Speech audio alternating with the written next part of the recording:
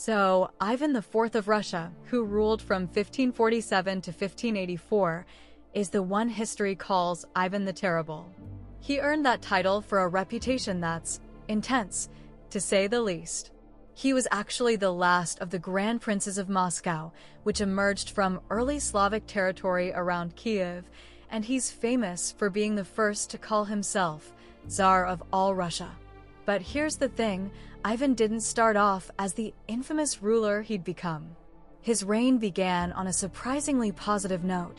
He reformed the church, released a new code of laws, and promised to safeguard the people, even making strides to modernize Russia's very outdated society.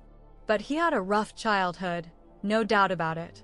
Orphaned and mistreated by his guardians, he became convinced early on that people were out to get him. And eventually, that fear took over. Ivan became obsessed with the idea that he was surrounded by traitors, especially within the boyar class, the nobles. To stamp out any threat, he unleashed horrible cruelty on these nobles and even their families, exiling or killing hundreds. In 1570, things took a brutal turn. Ivan had nearly the entire population of Novgorod executed, blaming them for allegedly conspiring with Poland.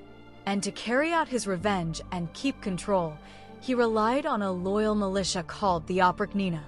These were men who would follow Ivan's commands without question, and he secured their loyalty by gifting them lands seized from the boyars. Part of Ivan's legacy is his intense, almost unhinged, cruelty. Some of his punishments were beyond extreme. Stories tell of Ivan boiling his enemies alive, roasting them over open fires, or even tossing